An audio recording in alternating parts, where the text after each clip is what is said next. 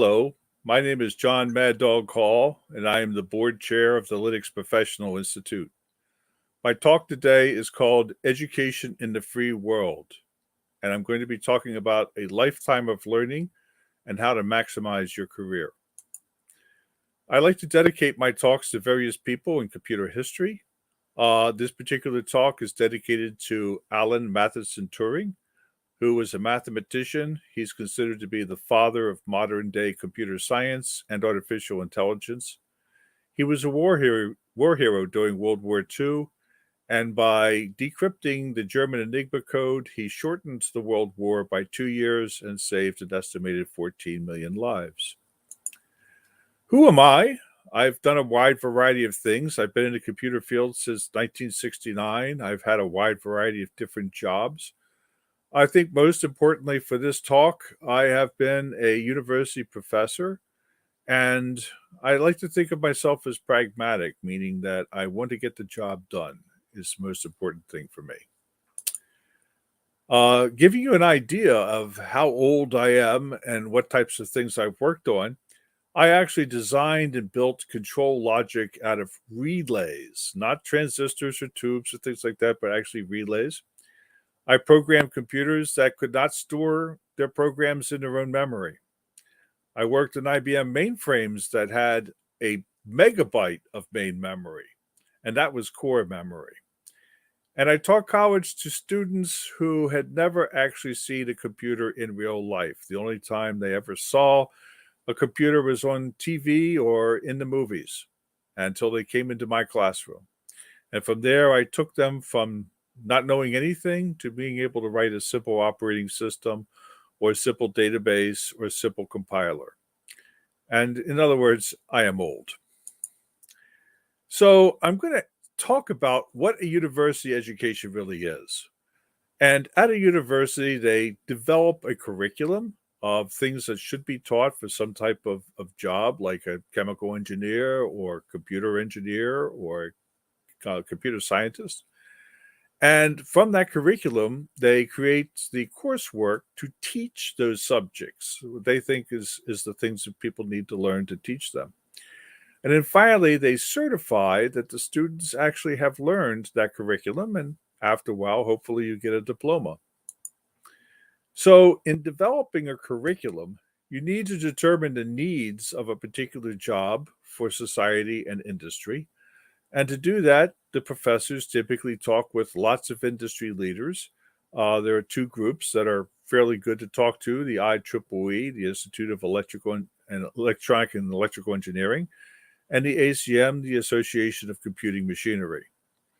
They have curriculums, which is listed down below, that they think are necessary for teaching various courses in computer science.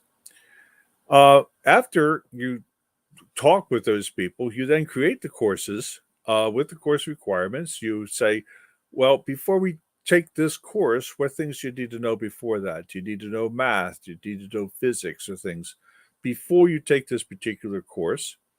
And then you create the title and the abstract of the course to be able to let the students know what they're going to be learning and why they should be learning that.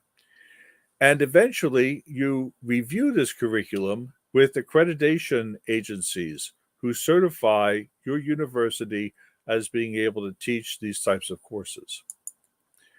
Now, let's take a look at creating the coursework for the curriculum.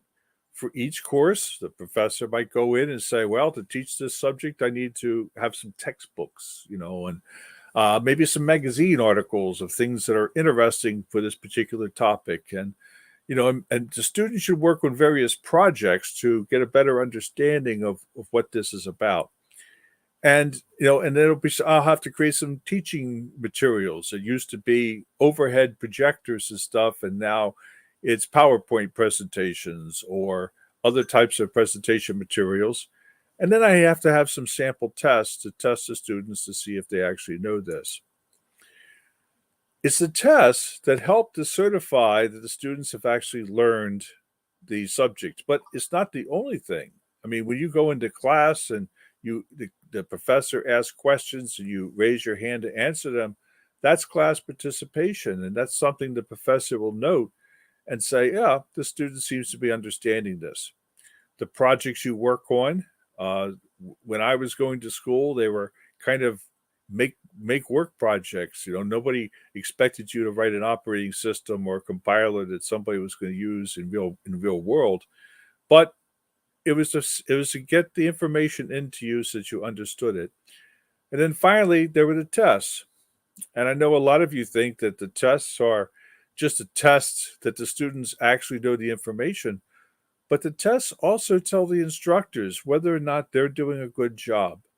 Because if one or two students get a bad grade during a test, you say, well, maybe it's the student. But if the whole class gets a bad grade in the test and don't seem to know what's going on, then maybe it's the professor and you need to do something about it. And then finally, the certification agencies. Sometimes it's the only certifying a particular curriculum inside the university, and sometimes the certification is for the entire university itself. And they look at all of the curricula that were created and all of the sample work from the students and all of the tests were done and say, yes, this seems like this university is doing a good job, so we certify this university. Now, if you think back, there was this kind of a shock when you went into a university because when you're in grade school, if the information doesn't come out of the teacher's mouth, it doesn't appear on the test. I mean, you literally sometimes do not even have to open up the book. The teacher tells you everything. But when you get to a university, the universities say, I don't have time to teach you all of this stuff. I mean, so here are the books, and here's the internet, and here's the people to talk to. And you should talk to talk to all these people because I just don't have the time to teach you everything you need to know. And that's because what universities are really trying to do is not just prepare you for a job, a specific job. They're trying to teach you how to learn for yourself. And so for the rest of your life, you'll be able to go forward and retrain yourself and relearn things because you've learned how to learn for yourself. Nobody ever expects you to go back after 50 years of being away from university and to take a whole set of tests, no matter how much the career and the things have changed in the meantime. So if you're taking a look at the different levels of degrees in university, the bachelor's degree teaches you how to learn on your own, really. The master's degree, it does a thing of going deeper into a particular topic, but at the same time allow you to change direction. So, for example, you might get a bachelor's degree in electrical engineering, but a master's degree in computer science. You might get a bachelor's degree in electrical engineering, but a master's degree in business administration. You've had the background information, they know what you've had, and now you can go ahead to a different field if you want to by getting a master's degree. But at the same time, the master's degrees typically teach you how to do research, how to look for a problem that's never been solved, and how to solve that problem. And then the PhD is a culmination of all of this. It is an advanced degree that allows you to advance the knowledge in the field. And this is why you do a PhD thesis. The thesis is a place where you find something that's never been discovered before and you prove it. And that is the biggest thing. And a lot of times it's a very difficult thing to do. And students have taken all of the coursework, they've done all the coursework, they've worked with professors, but creating their thesis and finishing their thesis is just too hard. And consequently, they have a kind of a degree which is PhD ABT, all but thesis. And a lot of people have that. So far, what we've been doing is talking about the university path of getting an education. And what you'll find out is as you get out of university, unless you happen to be very good in a very lucky field, you're going to find out that the first 6 months that you're out, you're doing a different type of learning. You're learning how to use that particular company's tools, that how to work with that company, how to be a part of the team of that company. And you're going to be still learning a huge amount of information because there's no way in a span of 3 to 4 contact hours a week or 30 contact hours a term that you could possibly learn as much as you do when you're immersed in something and you're doing it 40 or 50 hours a week in your first job. I will stop at this point to say I also recommend heartily, if you're thinking about going to a university, to pick one out that does cooperative education. This is where you go to the university for perhaps 6 months, and then you go to work for a company for 6 months. You go back to university again for 6 months, you go to work for a company for 6 months. I did this for a year and a half of industrial time. And it meant all the difference in my career because when I graduated from the university, I'd already had a year and a half of practical experience. And also, it caused me to go off into a different area, computer science. So, what are the things that you want to learn in a university or in your career? You want to learn about principles. How does the machine actually work? What are the ones and zeros that control the machine? Don't learn a product. So for example, don't learn Cisco networking. Learn what networking is. And that Cisco is one set of products that allow you to do that. Don't learn an Oracle database. No, learn relational databases, object-oriented databases, flat databases, all these different types of databases and data structures. And that Oracle is one example of that. But you also have other examples of that, like MySQL or Postgres or Firebird or other types of databases that you can study and use. Java as a language is great, but it's not enough. You really need to understand all the way down to the ones and zeros that the computer uses. You need to understand how RAM works and how cache works and how the hardware works because this can make a huge difference in the speed and efficiency of your program. I would be the last person to tell people that they should program in assembly language. I did that for 7 years. But I don't program in assembly language anymore. What I do is I use my knowledge of what the machine does to figure out how efficient my code is. And if I write some high-level code and I generate the assembly language or the machine language for it, and by changing something, I see it goes from a huge number of instructions down to a smaller number of instructions, more than likely that's more efficient. So, and also when you learn things all the way down to the bottom, when new concepts and ideas come out, they're easier to understand. And finally, programming itself is not enough. You really need to know the science behind it and the logic behind it and how to use the best algorithms to do whatever you're trying to do. So now I'm going to talk about something that's very dear to my heart, closed source versus open source. Closed source is the type of stuff that most people get from some type of manufacturer. They get the hardware, they get the operating system, and they get the applications, and they can't see exactly how the applications work. All they know is if I do this with the application, it has this result. And so closed source software teaches you how to use the software to solve your problems, and that's great. But open source software teaches you how to use the software to solve your problems, but also you can look at the source code and figure out how the software actually solves your problems.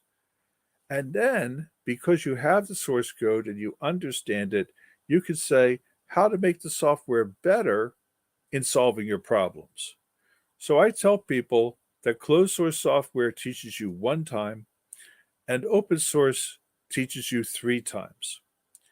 But there's a difference too between open source and free software. Open source says, oh, you can see the source code in front of you, and there's a license that tells you what you as a developer can do with that source code. The problem is that maybe you make a binary out of that and you don't pass the changes on to the end user. So closed source does not do anything for the end user. Open source doesn't do anything for the end user. It allows the developer to make better products, hopefully, but it doesn't allow the end user to change the product or maintain the product the way they want to. And so I am a great advocate of free software, the ability to have the end user get the access to source code so they can maintain their software. People say to me, oh, Mad Dog, not every end user has the knowledge to do that. And that's true. But at least they have access to the source code and they can hire a programmer who has the knowledge. They can get together as a group and say, we're going to maintain this software even though the original manufacturer has gone away. There are other problems with closed source, and particularly in the academic area. You may be using the software under an academic license on your computer. The professor says, oh, I'm going to teach you how to use this. You learn how to use it. But then you go outside of the academic model and you find out that you have to buy a license to use that software to do almost anything with it. And so they're training you how to use this software for free in university, but then when you go outside, you have to spend money. And you also have to track your licenses. And that in itself can spend a lot of time and energy inside of a company trying to figure out how many people are using this software at one time or altogether. And is the software having to be updated and everything? Sometimes large corporations have 3 or 4 people whose sole job is to track software licenses. But free and open source hardware and software, that's what FOSSHC stands for. It's not just Linux. Everybody thinks, oh, Linux is, the free software. There's an operating system, it's FreeDOS, which is binary compatible with MS-DOS. The different Berkeley software distributions, BSD as we call them, many different systems. TinyOS is another open system. Carnegie Mellon's Mock, from Carnegie Mellon University, is a microkernel you can look at. The Minix operating system, and many more. And you can study how these operating systems work and make your own changes to your own systems to be better. But it's not just operating systems either. You have databases and video tools and audio tools and geographical information software, mapping, OpenStreetMaps, things like that. These are all open projects, free software projects mostly. Internet of Things, a lot of work is being done in that, and artificial intelligence is being done in the free and open source space. And if you go out to places like GitHub and GitLab and SourceForge and all of the other repositories for these programs, you'll find out that there's over 400,000 different projects out there and about 2.6 million developers working on them. So it's a huge amount of software. Almost anything you want to do, you can start with this software and add to it to solve your problems or your customers' problems. It's not just software either. There's a newer concept called open hardware. So when you buy a piece of hardware, you can go to the manufacturer's site and you can see what their circuit diagrams are and what their bill of materials were, where they get the parts from. And you can see what the printed circuit board looks like. And maybe they even supply you with these files called Gerber files to lay out your own printed circuit board. So you could actually change this if you wanted to and make your own system or the changes to the system you need.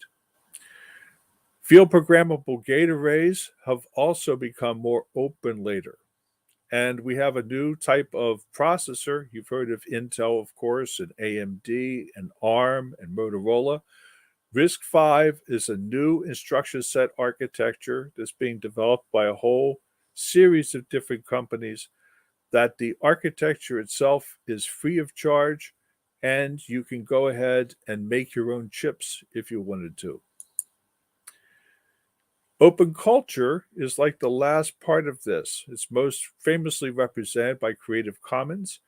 So you can write a piece of text, a book, and you can say, okay, I want some people to be able to copy this freely, but other people, maybe I'm going to charge them a little bit because they're making money off of it. I'd like to make some money too.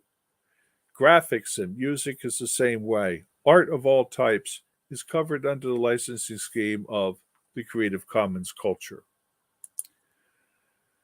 So, people say to me, universities are so expensive. And, there's the private universities, of course, there's state universities, but there's also things like community college, where typically the first 2 years of your 4-year degree is less expensive because you can live at home. It's a community college being covered by the state, and that's a great thing. But there's another type of college, also 2 years, called a technical college. That's like the one I taught at, where we in effect took the last 2 years of the person's studies and crammed that in. It's not that the first 2 years were not important, they are, but we found a path to be able to teach people how to do computer science and technical programming by only having the last 2 years. If they wanted to go back for their bachelor's degree, they in effect would have to do a community college worth of work to be able to have all of the information necessary for a 4-year degree. In addition to this, there are trade schools, schools that can teach you how to do systems administration or teach you how to do security or things like that. This is not the depth that you might get in a university. However, it would be enough to get you a good job. And just like you have plumbers and electricians go to trade schools to learn that, you could have people go to a trade school to learn systems administration or security or other things in the computer field. And then finally, there's internships programs and apprenticeship programs that can go through and allow you to get an education without having to spend the time and money of a university. And finally, there's learning on your own. And a lot of people, particularly people in this group, may have done a lot of this, But one way of doing it is kind of helter-skelter. You just go all over the place. But another way you do it is to follow a curriculum or certification of objectives that come out of a university or come out of a certification program. And you find the books and the internet courses and everything to learn that information yourself. You study on your own, maybe using free and open source software and hardware and culture. Maybe you can get some old hardware that's not being used for anything else, put Linux on it, and learn yourself. You could use virtual machines to learn these concepts. And then finally, you could take a certification, whether it be from a group like the Linux Professional Institute or some other type of certification group, and that becomes, in effect, your diploma for that piece of information that you've learned. And there's various types of certifications and certificates that are out there. There are some for a particular language, like, Python or others. Then there's some for particular distributions, like Red Hat has their certification for Red Hat Certified Engineer. There are more generalized certifications. LPI is one of those that we don't concentrate on a specific distribution or a specific architecture. We make sure that our certifications go across the board. And then, unfortunately, there are certifications for products. And a number of years ago, there was a Nortel certification on Nortel products. Nortel was the second largest telecommunications company in the world. And within a matter of a couple of months, they went completely bankrupt. And the certifications that people had on Nortel products were almost virtually worthless. And this is one reason why I keep stressing to learn the underlying things about this instead of just learning a product. So, how do you develop this certification? Well, good certifications go out to industry, they go out to professional programmers who've been doing this a while, and they get input from them as to what type of objectives they should be testing for. They periodically update these objectives to meet new industry standards because industry doesn't stand still. And if you want to use an example of this, you can go to our website, the Linux Professional Institute, look up one of our certifications. It happens to be one of the higher certifications, LPIC 303 Security. And you can see a whole bunch of objectives. And you have to say to yourself, do I know this? Do I know that? Do I know what it's talking about? If you do, that's great. You can check it off. But if all of a sudden you see something and say, I have no idea what they're talking about, well, then that's something you should do some investigation about and you should learn. And then sooner or later, you can come and take that certification test, and then you're certified for that particular thing. Now, certifications are only the part of what you should be doing. You also have to work on real life projects. And so you can use, as you're learning the certification, you can start to work with real life projects. You can pick one of the projects that's out on GitHub or GitLab or SourceForge, and you can say, oh, let me take a look at their bug list, and maybe I can fix some of their bugs. And so you work hard to understand what the problem is, and you create the code, and you submit the code. And maybe they say, hey, this is the best code we've seen, and they put it right in. Or more likely, they'll say, well, you did a great job, but you really need to twist this and do that to make it fit in with our code better. And so don't give up. You go back and you do that. You make it fit in, and then you go on to another bug. And after a while, the developers will say, hey, this is really good. We have some features we would like to put in, but we've never had the time. Would you like to work on these features? And eventually, you might even become part of the core team of developers. And now you can get recommendations from them. As you get closer to looking for a real job in the real world, you can say, I wrote this code. I had this work.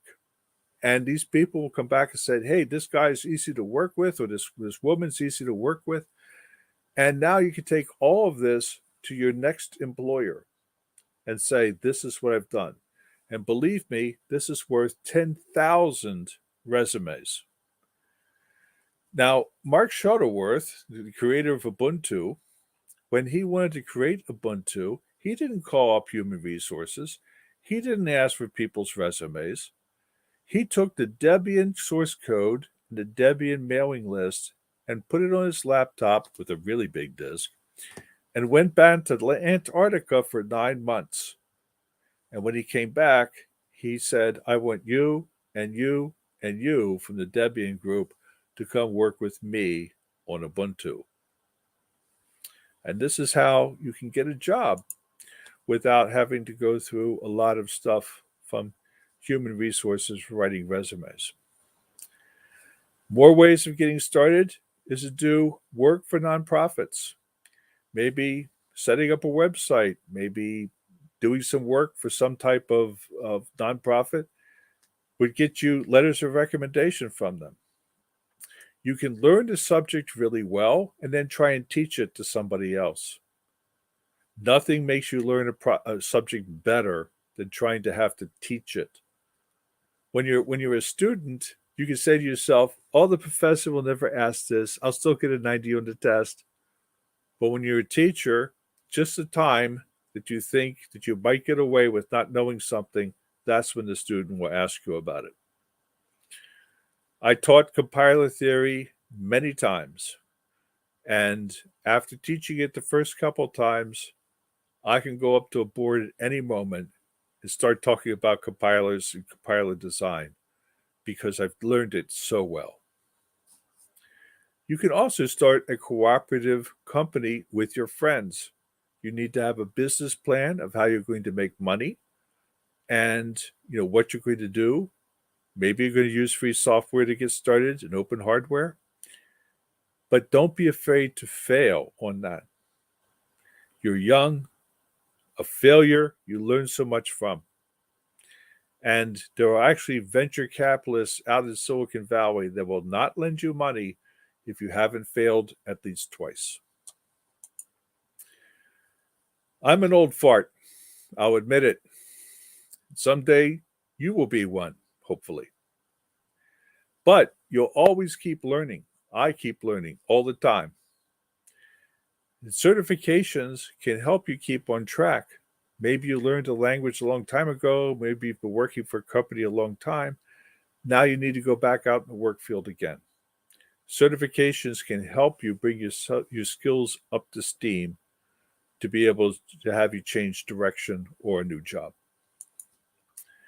All of that having been said, I've never regretted the years I spent in my undergraduate.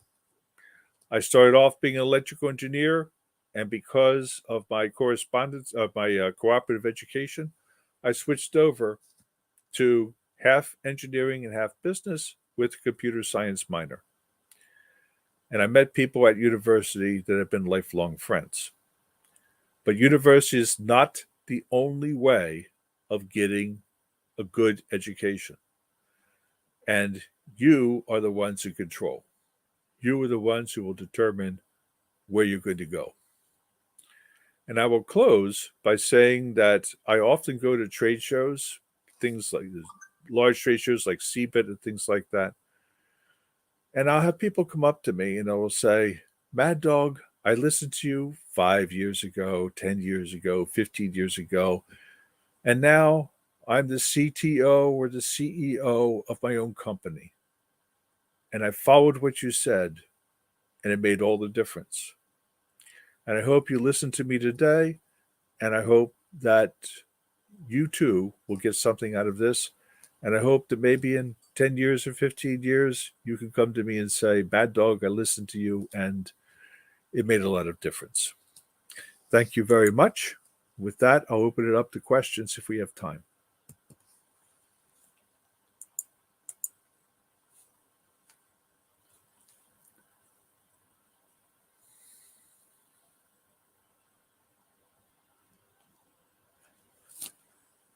Okay. What type of company would bring you a better learning environment? Small, medium, or huge companies? Would you say the race for students or to intern at FANG companies is pertinent? Small companies, and the size of a company does have advantages and disadvantages. If you work for a small company, and particularly a startup, you might find out that they don't have the finances to really bring the product forward. On the other hand, you will tend to do lots of different jobs and you'll learn lots of different things. In a larger company, you may be funneled more into one particular job. And just because it's a large company doesn't mean it has a huge amount of resources for whatever you're trying to do. Because a large company may have large amounts of resources, but they're also spreading it across many different products. I have worked for very large companies and very small companies. And I will say that I learned something out of each one of them. Large companies typically have more resources to take on younger people right out of university. So small companies, they don't have a lot of resources to do that. So you might want to go to a large company first, get your feet in the water, start to find out what's going on, and keep your ears open for small companies that look promising that would, take you on. The learning is a continuous process. So, you have a long life in front of you and a lot of years working, and there's many times you can go. I recommend staying with the company in general for at least 3 years to give yourself time to understand them and to give them time to benefit from you coming there. After 3 years, it's up to you. I don't know if I answered all of that question. As a Canadian, would you say it'd be beneficial for an engineering career to move to the US? You know, maybe in the past that would be true, but there's so many things that are being done remotely right now that a lot of times it's a quality of life thing. You could say, hey, I want to go to Silicon Valley, but the expense of working in Silicon Valley is really, really high. Everything about, buying, houses and housing and stuff like that. Um, I think that there are places in Canada like Toronto. Of course, Toronto isn't cheap either. But other places where you can find very good jobs going. And like I said, also working remotely for another job. So it's up to you. I think it's a hard thing to actually go as a Canadian to get a job in the United States because of all the visas, work, and stuff like that. It's really up to you.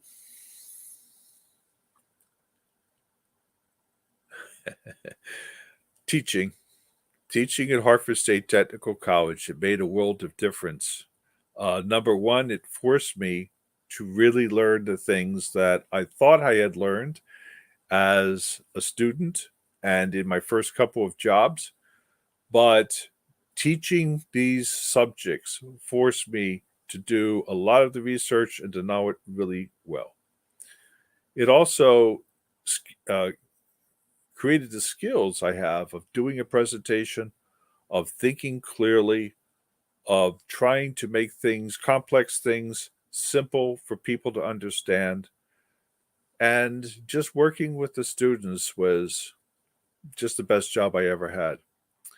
The only reason I left was because it was unfortunately the lowest paying job I ever had. But if I was to do it again, I would probably work for a research university and do some research or do some commercial work for companies to supplement my my pay. But after I taught, I went to work for Bell Laboratories. I learned Unix. And then after that, I went to Digital Equipment Corporation, where they were developing their own Unix product. And all of my skills carried forth across the whole way. So ever since 1999, I've been more or less of a consultant and doing that type of work. And now I'm the board chair of the Linux Professional Institute, although that's a voluntary position and doesn't really generate any revenue for me. I'm mostly retired, from a commercial standpoint.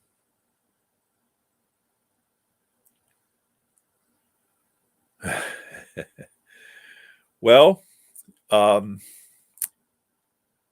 so again, a lot of it depends on what you mean by open source. Okay.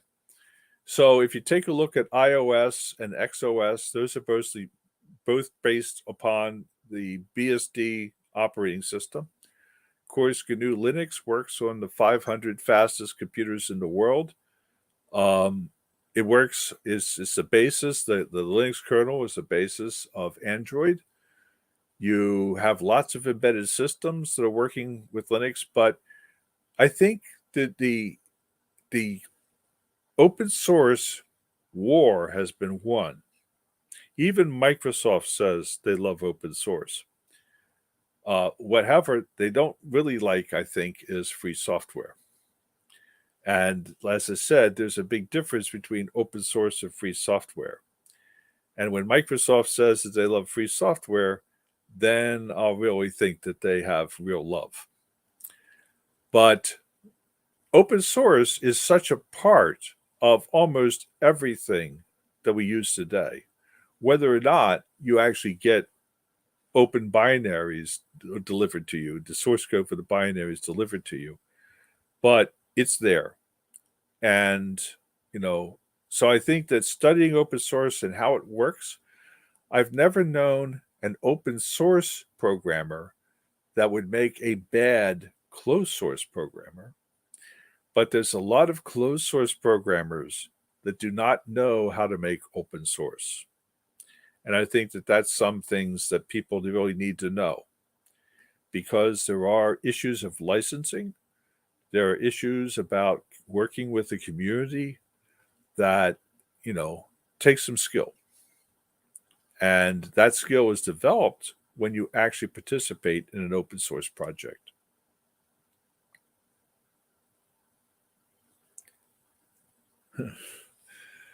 I think if I was to give advice to my younger self, it might be to take a little bit more of my money and put it into some type of retirement fund.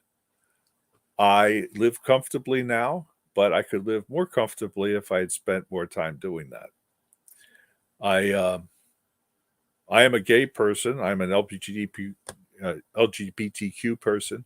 So I never got married when I was young. I never had a family. And that shaped my life. But I think now, if I was your age, I would say, shovel more money into investments that would allow you to retire earlier and give you more freedom in what you're doing.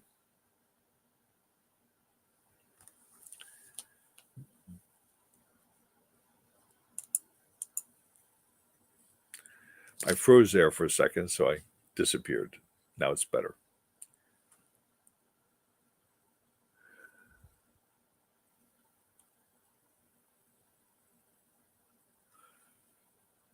I think the thing that you should be thinking about as you're coming out of university is the type of work you would be doing.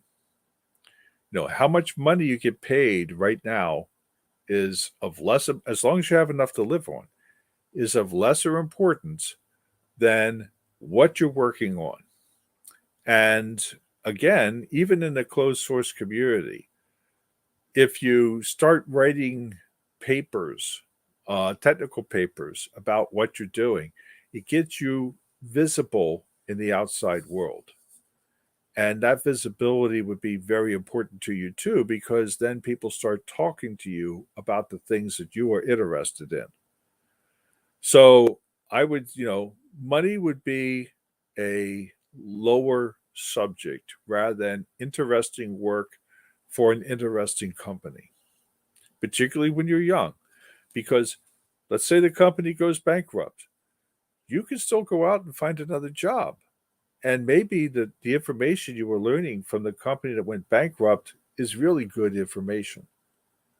So, as time moves on, maybe you want to spend a little more time, looking for a job that pays a little bit more so you can start to build that nest egg for retirement I was talking about. But I think that in today's world, a good software engineer or a good computer engineer will make more than enough money to live comfortably in whatever they're doing.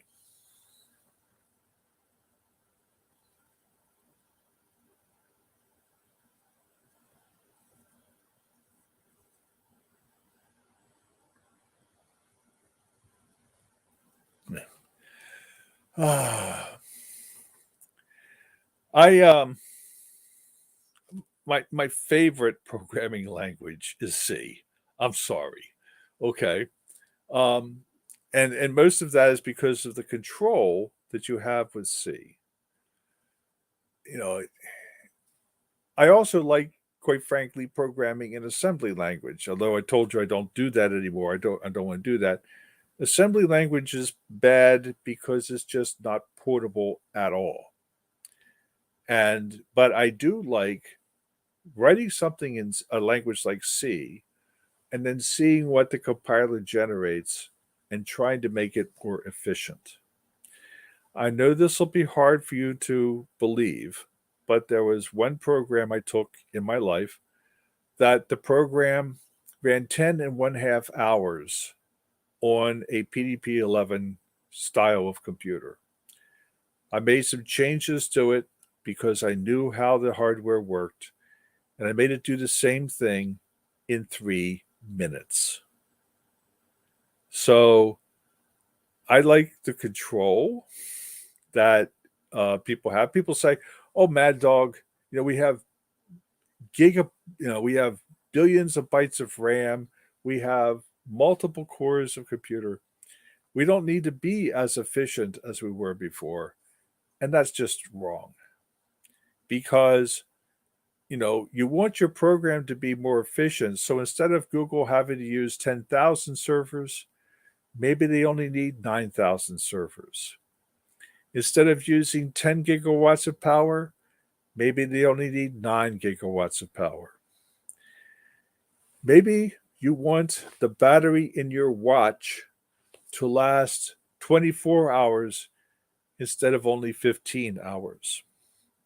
Efficiency is still important. And, therefore writing efficient code is important.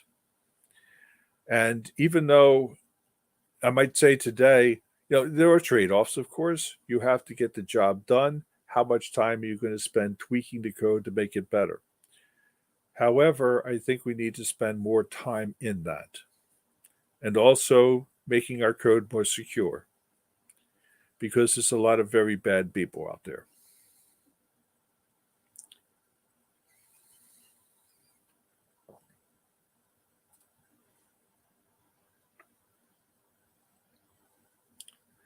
Well, I don't see any more questions.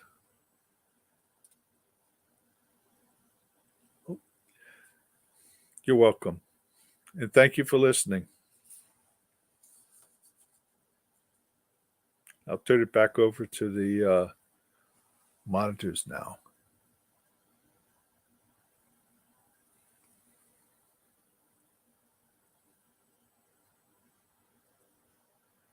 I'll stay here until they throw me out.